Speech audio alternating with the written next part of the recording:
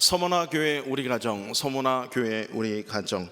지난 3월에 설교를 교회란 무엇인가, 주님의 몸된 교회 사랑합니다 라는 주제로 지난 세 번의 말씀을 전하고요, 요한계시록에 들어와서 이제 두 번의 말씀을 전하고 세 번째 말씀을 전하게 됩니다.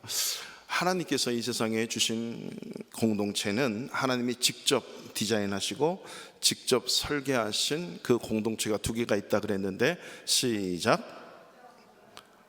할렐루야. 가정과 교회. 가정과 교회는 하나님이 직접 디자인하시고 설계하신 공동체예요. 그러므로 이 설계대로 가정이 영위화되고 교회가 영위화될 때, 세워져 나갈 때 가장 행복하고 가장 아름답고 축복된 공동체가 될 줄로 믿습니다. 5월달 나라적으로, 사회적으로, 국가적으로 또 영적으로도 성령 강림절을 통해서 교회 영적 가정이 시작된 이 의미 있는 5월달을 우리가 1년에 한 번씩 보내면서 설계도를 꺼내보는 거예요. 이 설계대로 우리 가정이 세워졌나? 설계대로 우리 교회가 잘 세워져 가고 있나? 내 개인적인 교회, 우리 영적인 교회, 영적 가정, 영적 교회가 세워져 있나? 항상 확인해서 가장 행복하고 가장 축복된 가정과 교회 이루어가시는 저와 여러분 되시기를 축원합니다. 우리 바르샤바 한인 교회도 바로 우리가 영적 가정이라고 하는 사실, 그래서 교회와 가정과 교회는 뗄래야 뗄 수 없는 나와 관련 있고 하나님과 관련 있고, 이 두 가의 가정이 굳건하게 뿌리에 딱 박혀 있어야 균형을 잡고 내 인생도 하나님이 붙드시는 인생, 가장 최고의 행복을 맛볼 수 있는 이 세상의 삶이 될 줄로 믿으시기를 축원합니다. 할렐루야. 우리가 태어나면 가정이 생기잖아요. 그리고 가정이 자라서 엄마 아빠가 자녀가 이렇게 생겨나고 그냥 가정이라는 공동체 속에 일원이 돼서 살아가듯이, 우리가 영적으로 거듭나고 태어나면, 즉 내가 예수 믿는 그 순간 여러분의 의지와 상관없이 내가 정말 예수 믿고 믿어진다면 내 안에 누가 계시다고요? 누가 계시다고요? 성부, 성자, 성령의 하나님이 성령으로 계시는 거예요. 아멘. 내 안에 성령으로 계세요. 이 성령이 여러분 인식하든 인식하지 못하든, 뭐 장롱 면허이든 면허증이 어디인지 알지 못하든 성령은 내 안에 계시는 줄로 믿습니다. 그때부터 신앙생활이 시작되는 거예요. 믿음 생활이 시작되고, 그리고 한 가지를 잊지 말아야 되는 게 영적 가정이 생겨요. 공동체가 생겨버리는 거예요. 내가 영적 가정의 일원이라고 하는 사실들을 우리가 너무나도 망각하고 있다라고 하는 거죠. 그래서 우리가 예수 믿으면서요, 신앙생활 하면서 신앙의 실패, 믿음 생활의 실패, 아니 뜨거움이 없고 열정이 없고 이게 교회만 왔다 갔다 하는 그런 신앙, 여러 가지 이유가 있을 수 있겠으나 구원받은 이후의 삶에 대해서요 배우지 못했기 때문에 그런 열정과 그런 열심과 그런 뜨거움이 우리 안에 사라진 거예요. 이게 처음 사랑을 잃어버린 지난해 시간에 에베소 교회를 향하신 주님의 책망이었어요. 그 사랑으로 수고하지 않고 그 사랑으로 끝까지 인내하지 못하는, 그것을 에베소 교회가 잃어버렸다. 그래서 예수 믿는 사람이 가장 중요하게 여겨야 될 생활이 있다고 말씀드렸어요. 예수 믿은 이후에 가장 중요한 생활 두 가지는요, 예배 생활과 교회 생활이에요. 작년에 제가 예배 생활, 우리가 예배로 인해서 예배 때문에 지음 받았다, 예배 때문에 살아간다, 동의하시면 아멘. 예배 때문에 태어났고 예배 때문에 살아가고 죽었어도 예배하는 거죠. 그리고 이렇게 얘기하면 예배, 이렇게 생각하는 것은 예배를 배우지 못했기 때문이에요. 그래서 시간마다 제가 7번에 걸쳐서 예배에 대해서 말씀드렸어요. 작년 말씀을 꼭 우리 교회 홈페이지에 들어가셔서 들어보세요.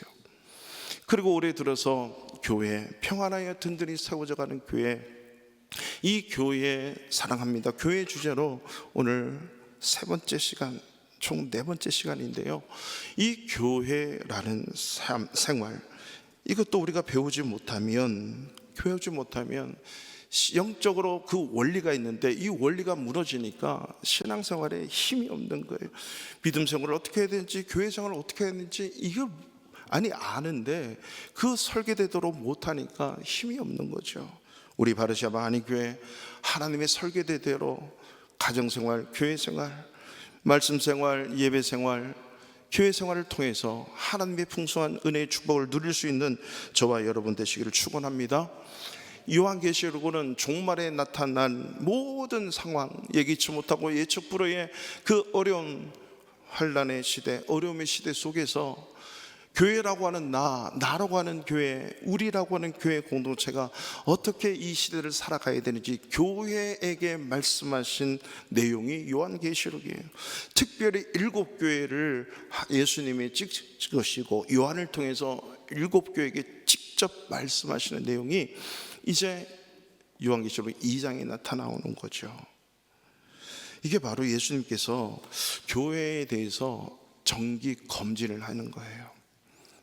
우리가 육체적으로 건강도 정기 검진을 해서 미리미리 예방하고 건강한 생활을 할 수 있도록 검진을 하듯이 여러분 영적 생활도 똑같습니다. 영적 생활도 영적 검진을 매일매일 검진해야 돼요. 예수 앞에서, 하나님 앞에서, 말씀 앞에서 검진해야 건강한 신앙생활, 믿음생활, 복된 생활 할 수 있다는 거죠. 하나님의 은혜와 능력은 날마다 우리 가운데 있는데 내가 그걸 깨닫지 못하고 알지 못하고 누릴 수 없다는 것은 이 검진을 통해서 우리가 진료받고 고치고 치료받고, 바로 요한계시록이 7교회를 진단하는 말씀입니다. 두 번째 교회가 오늘 서머나 교회. 잃어버린 첫사랑 에베소 교회를 향하신 메시지는 뭐였어요?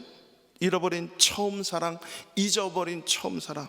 그것을 어디에서 처음 사랑이 떨어졌는지 그곳으로 가라 그랬죠. 그게 1년 전이든 10년 전이든 20년 전이든 30년 전이든 그곳으로 가야 돼요. 저 같은 경우는 거의 40년 이상 전으로 돌아가서 그곳에서 하나님을 만났던 그 사랑을 가지고 타임머신을 타고 오늘 와서 그것을 가지고 오늘부터 시작해라.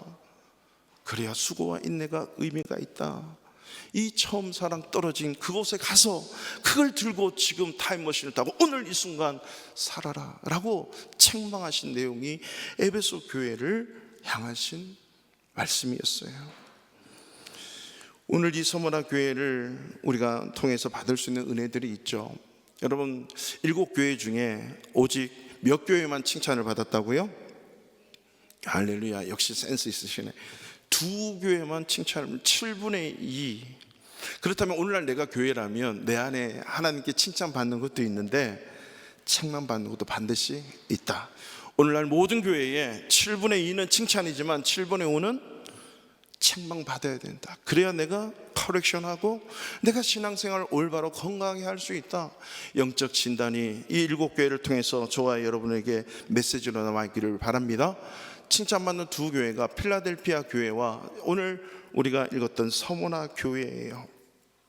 주님께서 이 영적으로 정긴 검진을 하신 후에 이 서머나 교회는 칭찬만 하셨다는 거죠. 저와 여러분의 가정도, 우리 교회도 칭찬받는 그런 가정, 교회 되기를 축원합니다. 그러니까 우리 가정, 우리 교회 이런 말씀들을 보면서 배워야 되는 거죠. 아, 이런 모습이 내 안에 있구나. 아, 이런 모습은 주님이 칭찬할 만하구나. 그래, 이 칭찬을 향해서 내가 살아야지 라고 할 때 내가 변화되는 거예요. 내가 하나님의 은혜를 맛볼 수 있는 줄로 믿으시기를 축원합니다. 배워야 돼요. 성경을 통해서 배우시고 실천하고 몸부림치고 나가야 그 말씀이 살아 역사하는 하나님의 생명의 능력의 말씀이 될 줄로 믿습니다. 칭찬이 뭘까요? 서머나 교회를 향해서 그 칭찬, 오늘 8절부터 11절인데 그 칭찬은 여러 가지가 아니었어요. 한 가지였어요. 그 칭찬거리를 한마디로 표현을 한다면 찬송가 346장에 이런 찬양이 있거든요. 환난과 핍박 중에도 성도는 신앙 지켰네. 이 신앙 생각을 뭡니까? 이 신앙 생각할 때에 이 정도면 같이 따라해야 되는데, 기쁨이 충만하도다 성도의 신앙 따라서 죽도록 충성하겠네.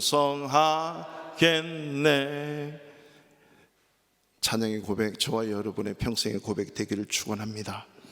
그러면 칭찬받아요. 그러니까 서문화 교회를 향하신 주님의 칭찬이 환난과 핍박과 박해 속에, 고난 속에 시련이 불어와도 끝까지 충성했다, 굳건하여 잃어버리지 않는 그 믿음, 그걸 칭찬한 거죠. 오늘 네가 죽도록 충성해라, 그러면 생명의 관, 생명의 멸관을 너에게 주겠다. 죽도록 충성해라, 이 말을 여러분 잘못 번역이 약간 부족한 번역이에요. 이 원어의 의미는, 충성은요, 우리가 충성하고 헌신하고 뭐 죽어버리고 뭐 이런 어떤 다짐 얘기하는데, 충성은 피스티스라고 해가지고요, 아주 강력한 신뢰하는 믿음이에요. 그러니까 관역에, 예수님이라는 관역에 콱 꽂혀서 안 빠져, 땡겨도 안 빠져, 부러지지도 않아. 이게 뭐냐면, 이게 죽기까지, 이 말은 죽음에 이르도록 끝까지 그 관역에 예수님의 믿음에 콱 박혀서 믿음으로 살아내라, 이 말이 죽도록 충성하라는 의미예요. 그러니까 예수님께 믿음이 콱 꽂혀서 어떻게 해도 빠지지 않는 그 충성된 믿음. 여러분, 한자도 충자, 무슨 충자예요? 마흔심자 위에 중심, 가운데 중자가 있어요. 가운데 중심에 마음 중심 콱 박아서 더 이상 변치 않는 그 믿음, 죽기까지 변치 않는 믿음 가지고 달려가라. 이게 서문화 교회를 향한 권면이자 칭찬이었다라고 하는 사실, 저와 여러분 이 진정한 이 믿음과 신뢰로 달려가는 저와 여러분 꼭 되시기를 축원합니다. 이런 거 보면 어떤 시련과 환난과 핍박이 있었기 때문에 이 서문화 교회 모든 성도들이 그 충성된 믿음을 지켰을까, 어떤 핍박이 있었을까라고 하는 것을 우리가 대충은 알 수 있어야 되는데, 사실 이거는 오늘 한 절만 보면 그런 핍박과 시련이 있었구나로 지나가기 쉬워요. 근데 이 서문화 교회를 가만히 보면요, 우리가 한번 역사적 자료도 근거도 교부들의 글들도 이렇게 보면, 사실 서문화 교회는 에베소 교회에서 북쪽으로, 지금 터키 이즈미르라고 하는 항구 도시예요. 에베소도 그 당시에는 항구였는데 지금은 내륙이죠. 그래서 이 북쪽으로 올라가면 약 50, 60km 올라가면 이 터키 지역에 이즈미르라고 하는, 그 당시에 서문화라고 하는 이 지역이 있었어요. 여기에 에베소 교회가 개척을 한 거예요, 교회 개척을. 근데 이 서문화 지역도 로마의 황제 숭배 사상이 너무 성행을 했어요. 왜냐하면 문화가 발달하고 문명이 발달하고 경제가 발달하고 수많은 사람들이 오게 되면 희석되기 때문에 로마 황제의 이 숭배를 강요하지 않으면 안 되는 그런 정책을 펴나갔다라고 하는 거죠. 그러니까 에베소 지역에 버금갈 정도로 이 서문화 지역도 엄청나게 발달했어요. BC 1000년 때부터 이 헬라 문화가 발달한 도시였는데요. 근데 많은 자들이 모이면서 이곳에 교회가 세워지고, 이 서문화 교회 안에도 유대인도 있고 헬라인도 있고 로마인들도 다 모여서 예배하고 하나님을 찬양하는 그런 교회예요. 근데 어느 날 갑자기 유대인들이 막 몰려오기 시작한 거죠, 서문화 지역에. 이 유대인들이 어디서부터 왔냐면, 여러분 예수님이 예루살렘을, 성전을 향해서, 그 화려한 성전을 향해서 내가 돌 위에 돌 하나 남기지 않고 초토화시키겠다, 무너뜨리겠다, 예수님이 예언하셨잖아요. 그 예언이 약 70년 후에 AD 70년에 로마의 장군 티투스라고 하는 장군이 예루살렘을 공격하면서 완전히 초토화시켜요. 이때 엄청난 핍박이 일어나서 막 흩어지기 시작하는 거예요. 그 흩어진 자들이 동서남북 흩어지면서 아프리카도 가고 중동 지역, 저기 동쪽으로 막 올라오고 북쪽으로 가서 서문화 지역에 막 몰려오기 시작한 거죠, 그 유대인들. 근데 이 도망간 유대인들 중에 예수 잘 믿는 유대인도 있지만, 예수 안 믿는 유대인들이 너무 많은 거예요. 그것을 오늘 예수님이 9절에서 뭐라 그러냐면 자칭 유대인이라고 하는 자들, 이들이 와서 비방을 했다는 거예요. 교회 와가지고 이 유대인들이, 자칭 유대인들이 뭐라 그러냐면, 야, 예루살렘에도 이런 교회가 있었는데 이게 뭐야, 여기도 이런 교회가 있어? 이게 뭐하는 짓이야 하면서 그 유대인들이 교회를, 예수 믿는 유대인들, 이 교회를 핍박하기 시작하는 거예요. 서문화교회. 왜 그러냐면 이 유대인들이 예수를 잡아 죽였잖아요. 이 유대인들은요, 창세기부터 말라기까지 너무나도 성경이 잘 알고 있는 자들이에요. 성경을 너무나도 잘 알고 있는데 메시아, 그리스도 다 알고 있어요. 근데 예수가 그리스도고 예수가 메시아임을 모르고 그 예수를 십자가에 못 박아 죽인 자들이에요. 근데 이들이 핍박을 당하고 다시 도망을 갔는데, 그 지역에 갔는데 예수 믿는 유대인들이 너무 많은 거예요. 안 되겠다 싶어서 당시에 로마의 식민지를 받고 있었으니 로마 황제에게, 로마 정부에다가 편지를 쓰기 시작한 거예요. 마침 로마 정부도 이 교회에 예수 믿는 사람이, 기독교인들이 이래라고 한 거죠.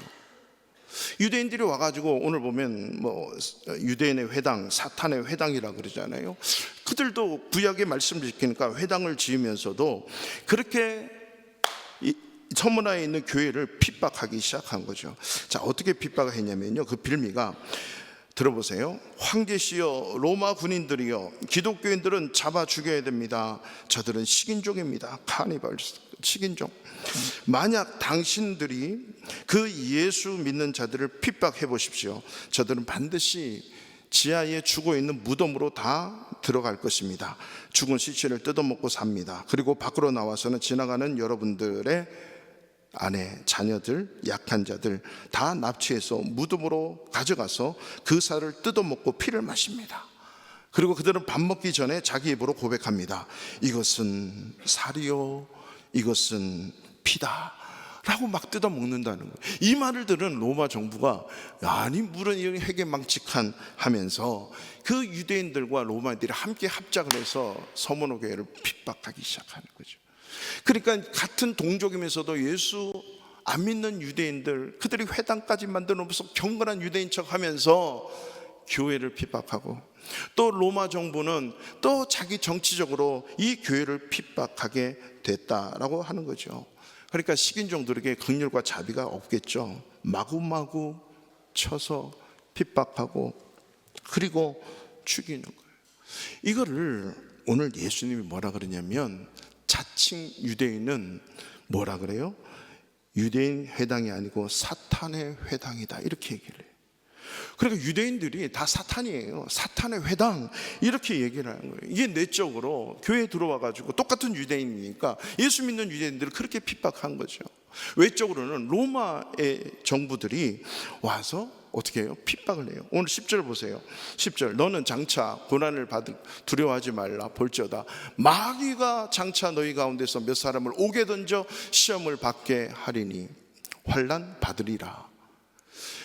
그러니까 이 로마 정부에서도 이 서문화 교회 성도들을 어마무시하게 핍박을 해요. 여러분, 오늘 여기 10절에는 마귀가 나오고 9절에는 뭐가 나와요? 사탄이 나와요. 자, 마귀와 사탄 뭐가 다를까요? 자, 마귀와 사탄 똑같을까요? 다를까요? 다를까요? 똑같을까요? 질문. 똑같아요? 달라요? 달라요? 똑같아요? 똑같아요. 제가 대답해요. 똑같아. 사타노스, 디아블로스라고 하는 게 원어를 쓰는데 어떻게든 갈라놓으려고 그래요. 창세기 에덴 동산에 와서 어떻게든 갈라놓으려고 그래요. 여러분, 하나님과 하나님의 백성을 갈라놓으려고 그러고, 부부와 부부 사이를 갈라놓으려고 그러고, 교회에서 이간질하고. 여러분, 우리 교회는 그런 성도가 하나도 없는데 절대 편을 가를 말 하지 마세요. 편을 가르는, 그 사탄의 디아블로스의 원조예요. 내가 이 말을 하면 편을 가르는가, 아니면 교회를 함께 세우고 하나 되게 하는가. 여러분, 이걸 잘 해야 돼요. 너무 중요해요. 그러니까 디아블로스라고 하는 이 사탄과 마귀는요, 귀신들의 우두머리를 마귀라고 그러고 사탄이라고 해요. 그러니까 유대인의 회당들, 유대인들, 이 자칭 유대인들 성경을 많이 알지만 사탄의 회당이야. 이 로마 마귀야라고 예수님이 얘기를 하는 거거든요. 그래서 여러분, 마귀하고 사탄은 단수예요. 항상 리더니까 단수. 그리고 귀신은요 복수예요. demons, 이렇게 복수로 사용해요, 상식적으로. 그래서 귀신들과 싸울지라 이렇게 만든 거죠. 마귀하고 그리고 사탄은 단수기 때문에. 자, 이렇게 안으로 유대인들의 사탄의 회당 모임으로, 외부로는 이 로마의 마귀적 존재가 서머나 교회 성도들을 핍박했다는 거죠. 이 핍박에 대해서 예수님이 사실은 오늘 중간 평가를 해요. 왜냐하면 9절을 보세요. 9절은 과거형이에요. 네 환난 궁핍, 환난 받고 박해받으면 얼마나 궁핍하겠어요. 내가 다 안다, 내가 다 알아. 근데 너희들이 진짜 부요한 자야. 여러분, 신앙과 믿음은 바로 이거예요. 예수님 한 분 우리 안에 믿음으로 딱 서 있으면 없어도 못 먹어도 힘들고 어려워도 우리는 부요한 줄로 믿습니다. 주님이 이걸 보는 거거든요. 아니에요?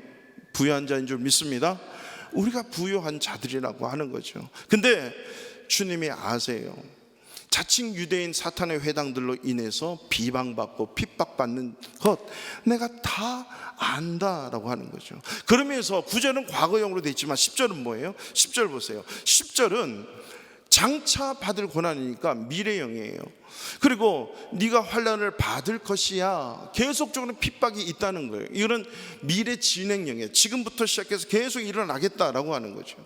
그러니까 오늘 서머나 교회를 향한 하나님의, 예수님의 진단은 중간평가예요. 기말평가가 아니고. 우리 고3들이 이제 학기말 다 끝났잖아요. 이제 끝났어. 일단락 또 다른 단계의 처음 시작을 준비하잖아요. 서문학교에는 지금 중간평가를 예수님이 하는데 하나도 중간평가했는데 칭찬만 하는 거예요. 그러면서 미래 앞으로 기말고사 볼 때까지, 너의 생명 다할 때까지 죽기까지 믿음 가지고 끝까지 가야 돼. 그러면 내가 기다릴게. 생명의 관 준비해서 너에게 기다릴게. 이러면서 예수님이 서문학교의 성도들에게 뭐 하냐면 평가를 하는 거예요. 자, 그러면 여러분 궁금하지 않아요? 이 정도 되면? 그러면 서문학교회는 요한계시록 끝에 어떻게 됐을까? 성경에서는 나오지 않아. 그런데 희한하게 교부들의 얘기나 기독교 역사의 이 교회사들을 보면 쫙 나와 있어요. 여러분, 폴리캅이라고 하는 사람 아세요? 폴리캅? 이 터키 사람도 다 알아요. 사도 요한의 수제자. 그래서 폴리캅의 문헌들 보면 내가 사랑하는 우리 스승 사도 요한 이 얼마나 얘기하는지 몰라요. 그의 문헌들을 보면 이 분이 서문화 교회의 교부였거든요. 이 지역에 교회가 꼭 하나만 있는 게 아니었어요. 그 지역의 교부였어요. 그리고 그 교부가 쓴 글뿐만 아니라 후에 이그나티우스라고 하는 안디옥 지방의 교부가 있었어요. 이분이 로마로 가면서 이 서머나 교회를 방문하게 됐는데, 와, 여전히 굳건하게 끝까지 충성된 믿음을 가지고 그 시련과 박해, 그 고난을 이기고 있더라 라고 하는 문헌. 그렇다면 이 문헌들을 보고, 와, 서머나 교회는 처음부터 끝까지 충성된 믿음 가지고 승리한 하나님의 축복받고 칭찬받은 교회구나 라는 사실을 알고 있다라고 하는 거죠. 그렇다면 이런 박해와 고난을 어떻게 서문화 교회는 이길 수 있었는가? 이게 사실은 오늘 핵심이죠. 두 가지. 저와 여러분 혹시나 지금 고난과 어려움 당하고 있습니까? 아니면 우리 가정에, 우리 교회에, 아니면 나라고 하는 이 교회에 앞으로 혹시나 닥칠지 모르는 그런 고난 있습니까? 능히 이겨낼 수 있기를 주님의 이름으로 축원합니다. 말씀을 통해서 첫 번째, 서문화 교회가 환난과 핍박을 이길 수 있었던 비결은요, 그 환난과 핍박을 하나님 앞에 더 가까이 가는 도구로 삼았다는 거죠. 환난 핍박 오면 다 무너지기 쉬워요. 요즘 여러분, 우리 많은 크리스찬들이 예수 믿을 때 어려운 걸 싫어해요. 특히 한국 문화가 편하고 편리하고 쉽고 이걸 너무너무 좋아해서 조금만 어렵고 힘들고 그러면 오래 못 참고, 예수 믿다가도 어려움 오고 시험 오고 내 마음에 안 맞으면 그냥 교회 떠나고 예배 떠나는 거예요. 기도의 자리 없어요. 여러분, 이게 오늘날 우리 신앙인의 모습이잖아요. 여러분, 사탄은 하나님과 나 사이, 성도와 성도 사이, 우리 가정을 무너뜨리는 방법을 너무나도 잘 알고 있어요. 지금도 끊임없는 지혜를 강구해서 어떻게 하면 가정의 불화를 일으켜서 가정이 깨지게 할까, 어떻게 하면 교회를 깨트릴까라고 하는 이 사탄의 전략이 너무나도 많은 거예요. 근데 우리가 이 전략 속에 놀아나면서 이걸 몰라. 왜? 설계도를 안 꺼내보는 거예요. 말씀 앞으로 예수님이 만든 설계도를 꺼내보지 않으니까 다 무너지기 시작하는 거예요. 5월 30일 마지막을 맞이하면서 이제 6월을 보내면서 여러분, 하나님의 설계도 그대로 우리 가정, 우리 교회에 세워질 수 있기를 간절히 기도하고 간절히 몸부림치는 저와 여러분 되시기를 축원합니다. 여러분, 하나님과 우리 성도 사이 가장 끊을 때 가장 비효율적인 방법이 뭔지 아세요? 고난과 핍박이에요. 사실은 고난과 핍박 오면 올수록 성경의 모든 믿음의 선진들은 하나님께 더 가까이 갔다라고 하는 사실이에요. 고난과 핍박이 올 때 무너지고 멀어지고 하나님을 버리는 경우는요, 몇 명 되지 않아요. 있어요. 분명히 있어요. 근데 몇 명 되지 않는다라고 하는 거죠. 초대교회 성도들은 고난과 핍박이 오면 주님이 지신 십자가를 딱 생각하는 거야. 십자가 지고 나면 바로 부활의 영광, 승천의 영광, 와, 이 하나님의 영광이 있구나를 보게 되는 거예요. 그래서 사도 바울, 사도 베드로도 예수님 따라다니면서 예수님 승천하시고 성령 받기 전에는요, 되게 소극적인 신앙인이었어요. 고난 오고 환난 오고 박해오면 막 도망가, 막 무너져, 막 들어 숨고 이랬던 자들이 12 사도들이었어요. 사도 바울도. 그런데 희한하게 이 고난하고 십자가와 연결되니까 예수님도 나 때문에 고난받고 핍박당하고 지셨지, 그 십자가가 바로 하나님의 영광이었구나, No cross, no crown, 십자가 없이 영광이 없다는 이 명제를, 이 사실을 꽉 경험했던 게 초대교회 성도들이었어요. 그래서 고난이 오고 핍박이 오면 이게 내 십자가구나, 내 십자가를 지고 나를 부인하고 주님을 따라가야겠구나, 이것이 신앙이요 믿음인 줄로 믿으시기를 축원합니다. 고난이 오면 여러분 회피하면 안 돼요. 이게 예수 믿다가 오는 고난이냐, 내가 내 죄 때문에 당하는 고난이냐, 이거는 여러분 다 분간하시죠.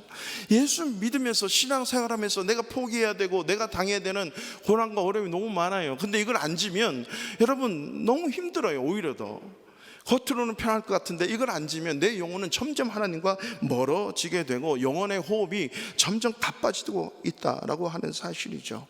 이게 기독교의 신비예요. 힘들면 힘들수록, 핍박이 오면 올수록 주님께로 더 가까이 나가고 의지한다는 사실, 우리 기독교의 신비인 줄로 믿습니다. 예전에 스크루테이프 책을 한번 소개시켜 드렸는데, C.S. 루이스가 스크루테이프 편지라고 이 책을 썼어요. 이것은요, 사탄의 얘기예요. 사탄의 얘기. 혹시 읽어보신 분 있으시죠? 꼭 읽으세요. 이 사탄의 얘기인데, 스크루테이프가 자기 조카가 있어. 이 스크루테이프는 사탄이야. 사탄, 귀신의 왕. 그리고 자기 조카도 이제 귀신의 왕으로, 사탄으로 훈련을 시켜요. 웜우드라고 자기 조카에게 훈련을 시켜요. 사탄 훈련을. 31통의 편지를 써요. 그 편지를 쓰면서 뭐라고 얘기냐면, 조카야, 조카 사탄아, 자, 사탄으로서 우리가 원수의 손에서 원수를 뺏어오기 위해서, 여기서 원수가 누구예요? 예수 그리스도. 하나님이 자기 원수잖아. 그 하나님으로부터 원수가 누구예요? 저와 여러분. 이 성도들을 뺏어오기 위해서, 성도를 무너뜨리기 위해서는 고난이라고 하는 방법을 절대 사용하면 안 된다, 이렇게 얘기를 해요. 흥미롭지 않아요? 고난이라고 하는 거 하지 마. 고난이 오면 올수록 말이야, 이 원수들은 희한하게 하나님께로 더 가까이 가. 원수 앞으로 다 막 손들고 믿음 달라고 기도하고 몸을 친단 말이야. 그렇기 때문에 오히려 형통이라는 방법을 반드시 사용해라. 내가 이 형통이라고 하는 방법을 사용했을 때 넘어가지 않는 사람을 본 적이 없다 하면서 자기 경험을 조카에게 가르치는 거예요. 여러분, 사탄도 이렇게 성경 공부하고 막 가르침 받고 배우는데, 예수 믿는 사람이 성경을 안 배우고 교회를 안 배우면, 신앙을 안 배우면 뭘 배우겠다는 거예요. 교회만 왔다 갔다 한다고 신앙생활을 하는 게 결코 아닌 거 여러분 잘 아시잖아요.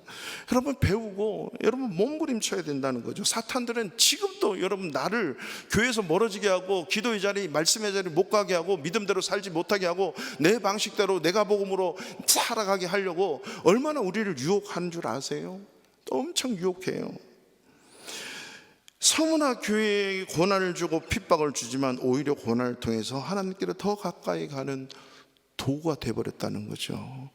다 어떻게 패스 고난의 터널, 핍박과 환난의 터널을 통과했다는 거예요. 그래서 그런 찬양도 있잖아. 하나님께로 더 가까이 갑니다. 고통 가운데 계신 주님, 변함없는 주님의 크신 사랑, 영원히 주님만을 더 섬기리. 아멘이 안 나오는 것은 제가 노래를 못 불렀던가, 아니면 동의가 안 되던가라. 여러분, 어떤 시련이 오고 핍박이 와도 주님께 더 가까이 가는 그런 은혜, 고통 속에, 고난 속에, 어려움과 시련 속에 하나님을 만날 수 있는 저와 여러분 되기를 축원합니다. 여러분, 이 고난을 해석하기 위해서 하나님 앞에 계속 머물렀던 자가 누구예요? 구약의 고난의 대명사 욥이잖아. 여러분, 욥이 사탄에게 시험을 받아서 사탄이 하나님을 찾아가서 욥 한번 무너지게 합시다. 그래, 생명만 건들지 말고 다 건드려. 허용을 하는데 엄청난 시련, 핍박, 고난, 어려움이 다 오잖아요. 욥이 그래요. 하나님, 내 생일날이 저주스럽습니다. 하나님, 내 모태가 저주스럽고 원망스럽습니다. 하나님, 내가 뭔 잘못했는데 이런 시련과 고난이 나에게 옵니까? 욥의 위대성은요, 그 속에서 끊임없이 하나님 붙들고 계시는 거예요. 한 번도 하나님 자리를 나가지 않았어. 우리는 시련 오고 고난 오면 여기다 확성기, 저기다 확성기, 여러분 다 무너집니다. 고난이 올 때, 핍박이 올 때, 어려움이 올 때, 이해하지 못한 여러분 인생의 문제, 가정의 문제, 개인의 문제, 교회 문제 올 때 하나님 앞에 엎드릴 수 있는 저와 여러분 되시길 축원합니다. 원망을 하고 우리가 원통함을 풀고 비통의 소리를 하더라도 하나님 앞에서 엎드려 하면 하나님이 해답을 줄 줄로 믿습니다. 그래서 하나님이 갑자기 찾아와요. 야, 내가 창조할 때 너 어디 있었어? 하늘과 땅의 경계를 만들 때 너 어디 있었어? 하면서 폭풍 속에서 욥을 만나주세요. 욥이 그 속에서 하나님을 딱 만나고 뭐라고 고백한 줄 아세요? 욥기 42장 5절 한번 읽어볼까요? 시작. 네, 주께 대하여. 아멘. 여기까지만. 고통과 시련과 아픔 속에서 평안할 때, 잘 나갈 때, 마구마구 번성할 때 귀로만 그냥 들었어. 와서 앉아가지고 그냥 귀 듣고, 그래 오늘 말씀, 와 오늘 찬양, 오늘 기도, 오늘 밥 맛있었어. 귀로만 들었어. 근데 그 고통 가운데, 그 고통의 터널을 딱 통과하는 순간에 이제 귀로만 듣던 하나님 내 눈으로 확인하네요. 내 눈으로 확인하네요. 여러분 이거잖아요. 여러분 유럽에 와서 귀로만 들었던 에펠탑, 귀로만 들었던 피라미드, 귀로만 들었던 수많은 스펙타클한 그 광경들, 여러분 돈 내고 힘써서 다 찾아가서 눈으로 확인하고 그게 그거였다. 여러분 이렇게 다니는 거 아니세요? 왜 하나님은 그렇게 보려고 하지 않으세요? 왜 하나님은 그냥 듣기만 들으려고 하고 읽기만 읽으려고 하시냐고요? 왜 종교 생활만 하시려고 하냐고요? 여러분 귀로 듣고 내가 읽기만 듣던 그 하나님은 눈으로 보고 마음으로 볼 수 있는 저와 여러분 되시기를 축원합니다. 축원합니다. 여러분 하나님 말씀에 아멘 하십시오. 여러분 여러분이 지금 힘들고 어렵다고 하는 그 상황, 그거는 동굴이 아니라 터널이에요. 동굴과 터널의 차이점이 뭐예요? 터널은 1km든 10km든 100km든 반드시 아웃이 있는 거예요. 동굴은 몰라. 언제 끝날지 몰라. 들어가다가 거기서 갇혀 죽어버릴 수도 있지만 환난과 고난과 시련은 반드시 터널이에요. 이 터널을 통과하면 하나님이 우리 눈앞에 서 계시고 우리를 도와주시러 계신 줄로 믿으시기를 축원합니다. 이게 고난의 대명사 욥인데, 반대로 형통의 대명사 솔로몬은 끝이 망해버렸어요. 그 자손 후손까지 망해버린 거예요. 여러분, 형통만이 좋은 게 아니에요. 우리가 생각하는 그런 편리와 그런 번영과 그런 풍성함과 그런 편안함이 우리에게 신앙의 극치를 보여주는 게 아니죠. 여러분, 보리농사 해보셨나요? 보리농사 해보신 분 혹시 손 들어보세요. 일부 예배 때는 보리 농사는 안 했지만 보리는 밭대는데, 여러분, 우리나라 여기는 이제 밀도 보리도 밭에다 심지만 우리 대한민국은 이모작이라 그래가지고 여름에 논에서 모내기를 하고 벼가 이제 다 추수를 하고 나면 겨울에 뭐 하죠? 고랑을 만들어가지고 그 논에 고랑을 쫙 만들어 보리를 쫙 물어요. 그리고 그 보리는요, 그 흙을 꽉꽉 덮어야 돼. 왜? 겨울에 자라야 되니까. 그래서 그게 소가 막 끌고 다니고 사람이 타고 막 흙을 덮어야 단단하게. 그러고 나면 12월 딱 지나면서 1월에 파릇파릇하게 막 올라오잖아요. 보신 분? 할렐루야. 보리 농사. 저는 저희 큰 집이 잘 살아가지고 큰 집, 아무튼 그 사연에 있는 큰 집인데 그 큰 집에서 모든 농사를 해가지고 이 보리 농사도 해요. 그리고 저는 시골에 살았기 때문에 이 보리 농사가 딱 돼서 보리에 싹이 익히면 새마을 운동회 한다 그래가지고 모든 동네 사람들이 모여가지고 그 큰 보리밭 있잖아요. 줄 서가지고 학생들 다 모여 이래가지고 그 보리 밟기를 하는 거예요. 보리가 파릇파릇하게 올라왔는데 왜 밟아버리죠? 왜 보리 밟기를 하는가? 여러분, 민속 대백과사전에 나타나는 얘기예요. 겨울철에 땅이 얼었다 녹았다를 반복하면 흙이 부풀어 오르면서 보리 뿌리가 땅 위에 들뜨게 되는데, 이때 보리를 밟아주면 보리가 뿌리를 땅에 다시 밀착시켜 튼튼하게 뿌리를 내린대요. 기가 막히죠? 뿐만 아니라 겨울에 날씨가 따뜻해지고 뭐 사만사온 이게 우리나라는 있잖아요. 그 좀 따뜻할 때는 보리가 위로만 과도하게 자라서 열매가 없대. 수확이 느리대. 그래서 이걸 밟으면 의도적으로 그 보리 이파리에 상처를 주게 돼요. 이 상처가 주면 진물이 나오는데, 이 진물이 나오면서 세포액의 농도가 높아진대요. 이 세포액의 농도가 높아지면 추위를 견디고 하다가 나중에 봄이 되면 수확을 하면요, 어마무시한 황금 들녘의 보리가 수확된다는 거예요. 이건 동의가 아니고 민속 대백과사전에 있어요. 한 찾아보세요. 보리를 밟으면 의도적 상처를 내어주고 진물이 나와서 세포 농도가 높아지고 내한성을 견디게 해서 수확량이 늘 수 있다. 여러분, 저는 이것이 우리의 믿음의 사람들의 신앙의 여정이라고 생각합니다. 예수 믿고 새 생명으로 탄생되어서 이제 푸릇푸릇하게 자라보려고 하는데, 성장해 보려고 몸부림치는데 고난이 오고 어려움 오고 예기치 않는 그러한 아픔들이 와요. 여러분, 상처가 나야 돼요. 주일을 하다가 믿음 생활하다가 여러분, 이런 액체들이 막 나와. 여러분, 이 액체가 우리는 세 가지가 나와야 돼요. 주님의 일 열심히 하면요, 수고하면 땀이 나오잖아. 땀에 진액 액체를 흘려야 돼. 주일 하다가 보면 오해도 받아, 억울하고 원통하고, 그러면 눈물이 나오게 돼 있어요.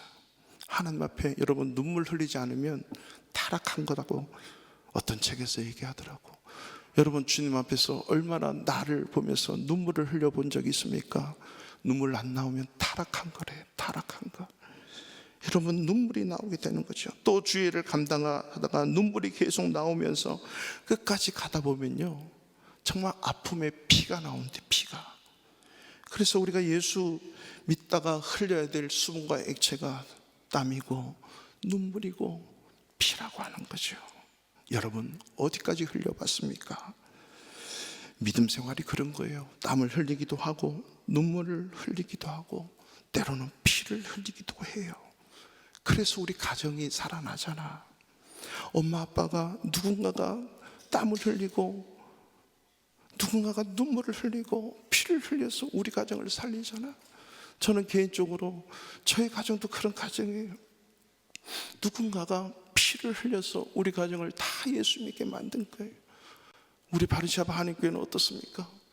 이미 이곳에서 피를 흘리고 눈물을 흘리고 땀을 흘린 이 믿음의 선진들, 믿음의 선배들, 우리 교회 성도들 있기 때문에 우리 교회가 지금 이렇게 가고 앞으로 가고 있다는 거 저는 믿습니다. 여러분, 이 모든 것이 값어치가 있는 것은 우리가 성장하고 든든해져서 황금보리가 주렁주렁 맺듯이 아름다운 열매로 주님 앞에 영광 올려드리는 금면류관을 받았은 줄로 믿습니다. 두 번째, 서문화 교회의 환난 이길 수 있는 비결은요, 환난과 시련 당할 때 오직 주님만 바라봤다는 거죠. 7교회에 예수님의 편지를 보내면서요, 항상 자기를 소개하는 내용이 앞쪽에 나와요. 그래서 우리 에베소 교회에서 예수님이 어떻게 소개를 하냐면, 오른손에는 7별을 붙잡고 7 금촛대 사이를 거니시는 이런 표현을 했어요. 그리고 다음 주에 보는 우리 버가모 교회에 예수님은 어떻게 나오냐면, 좌우에 날성검을 가진 이렇게 나오는 거죠. 뭔가 책망할 길이 있다, 뭔가 내가 저지하고 고치고 수정해야 될 일이 있다는 것으로 나오죠. 근데 오늘 서문화 교회에 나타나시는 주님, 8절 다시 읽습니다. 시작. 서문화 교회 사자에게 편지하라.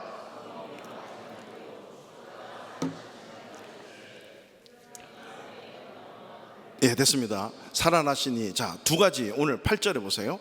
처음이며 마지막이다. 예수님이 이렇게 나타나고 죽었다가 살아났다.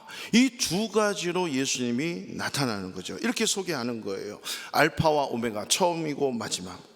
이 말은 왜 이렇게 말씀하시나? 서문학교의 성도들이요, 나는 지금 처음부터 마지막까지 널 지켜보고 있다, 내가 너와 함께 하겠다, 지금 이 말씀을 하는 거예요. 알파와 오메가, 네가 처음 신앙생활 시작해서 신앙이 끝나는 그 순간까지, 중간까지 내가 널 지켜보고 있어, 내가 너와 함께 해, 지금 이런 말이라고 하는 거죠. 지난 시간에 우리가 예수를 믿으면 성령이 내 안에, 여러분이 원하든 원치 않든 내가 예수가 정말 믿어지면, 안 믿어지는 거 빼고 예수를 믿으면 성령이 내 안에 계시는 거예요. 왜 계신다 그랬죠? 시작. 왜 성령이 계시죠? 시작. 나를 헬퍼하려고, 파라클레토스, 옆에서 무엇인데 다 도와주려고, 기도하지 못하면 기도해야 되고, 내가 어떤 기도를 해야 될지 모르는 것도 주님이, 성령이 내 안에서 들어가 계셔서 이렇게 기도해야 돼 가르쳐 주신대. 그래서 내 안에 들어와 계시는 거예요. 이 성령과 뭐 하라는 거죠? 펠로우십. 매일매일 정기적으로 펠로우십을 해요. 이 성령과 사랑을 하는 거예요. 마치 연인 사이에 매일매일 만나듯이. 오늘 예수님은 어떤 표현을 하냐면, 처음부터 끝까지 내가 널 지켜줄게. 처음이요 마지막이요 끝까지 지켜본다. 여러분, 이거는 감시하려고 하는 게 아니에요. 넘어지면 이렇게 세워지고, 환난 당하면 내가 너와 함께 할 거야, 용기 주고 격려하고, 끝까지 지켜보고 계시는 이유, 도와주시려고. 두 번째로는 죽었다가 살아났다. 십자가를 지고 환난을 당하고 가다가 죽어버리잖아요. 죽는데 난 안 죽인다라고 해요. 누구든지 죽고자 하면 살 거고 살고자 하면 죽을 것이다라고. 바로 이 복음의 신비, 복음의 능력, 십자가의 능력이 이것 때문에 초대교회는 십자가를 지고 주님을 따르지 않으면 안 된다. 십자가는 끝까지 지고 가는 거야. 그리고 십자가와 주님과 함께 죽어야 주님이 나를 살리신다. 할렐루야. 믿습니까? 내가 십자가 지고 가다가 내가 여전히 살아있으면 주님이 못 살리는 거예요. 십자가를 지고 주님과 죽어버려야 하나님이 주님과 함께 나를 부활시키고 그 부활의 능력으로 살아가게 하시는 분인 줄로 믿으시기 바랍니다. 지금 서문화 교회에게 너 고난당하지 않아? 핍박당하지 않아? 십자가를 져, 그리고 끝까지 가란 말이야. 그러면 생명의 관 내가 들고 서 있을게. 이게 바로 스데반의 마지막 죽음이었고, 베드로의 마지막 죽음이었고, 바울의 마지막 죽음이었을 때 그 십자가의 영광은 그 어떤 것도 비교할 수 없는 것으로 저와 여러분들에게 안겨주신 줄로 믿으시길 축원합니다. 여러분, 주님을 믿으면요, 나에게 십자가 생겨요. 십자가를 벗는 순간 불행해져요. 영적 생활이 막혀버려요. 그러나 그 십자가를 기쁜 마음으로 지고 가면 반드시 생명에 부응한 역사가 있는 줄로 믿습니다. 오늘 마지막 영상을 한번 봤으면 좋겠는데요, 준비되셨나요? 영상을 한번 보여주세요.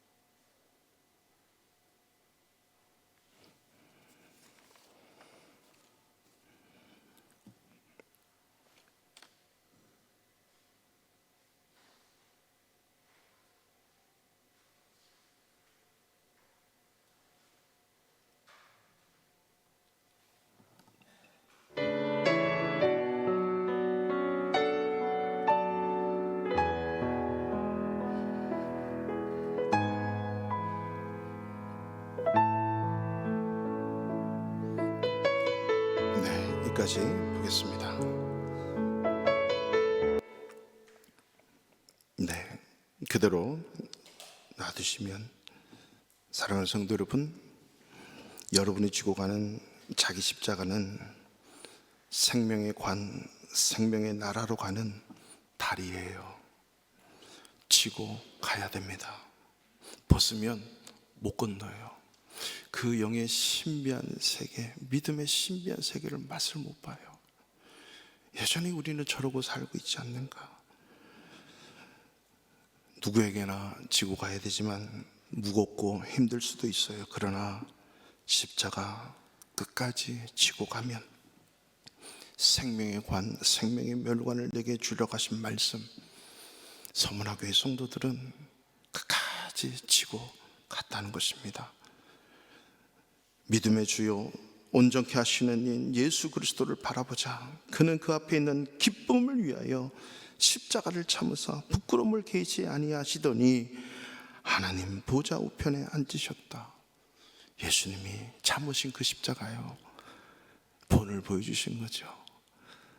자기 십자가 지고 우리가 따라가면 반드시 그 십자가가 기쁨으로, 기쁨을 위하여, 영광을 위하여 생명의 위대한 역사를 경험할 수 있는, 저 다리를 넘어야 그 영광을 볼 수 있다는 것입니다. 서문화교회 성도들이 우리 바르시아바 한인교회 성도가 되고 여러분의 가정과 교회를 살리는 하나님의 주역들 되시기를 주님의 이름으로 축원합니다.